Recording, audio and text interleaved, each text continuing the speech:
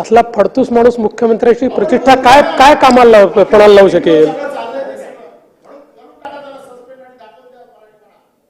माननीय सभापती महोदय, या ठिकाणी सन्माननीय विरोधी पक्षाच्या सर्व सदस्यांनी जो एक महत्त्वाचा मुद्दा उपस्थित केलेला आहे आणि माध्यमांमध्ये देखील हा मुद्दा चाललेला आहे। अखिलेश शुक्ला या व्यक्तीने आणि त्याच्या पत्नीने या ठिकाणी एक भांडण झालं आणि त्या भांडणामध्ये मराठी माणसाला अपमानित होईल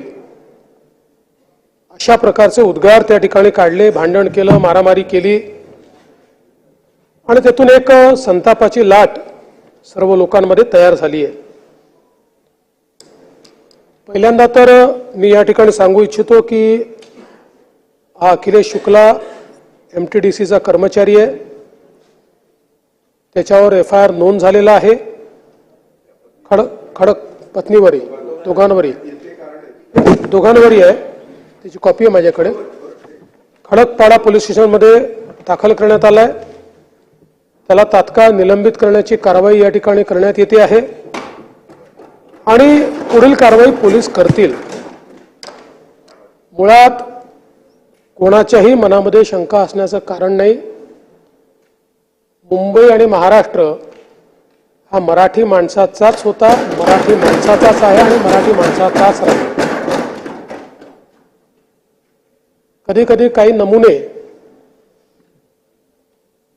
चुकीचं वक्तव्य करतात, माज आणल्यासारखं करतात। अशा माजुरड्यांचा माज उतरवल्याशिवाय आम्ही राहणार नाही। खरं म्हणजे भाजपचं सरकार आलं म्हणून हे झालं अशा प्रकारचं त्याला राजकीय रंग देण्याचं कारण नव्हतं।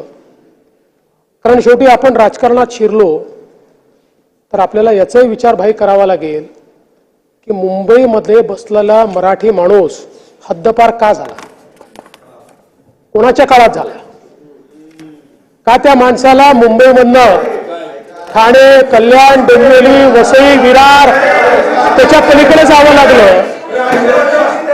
आणि त्या काळामध्ये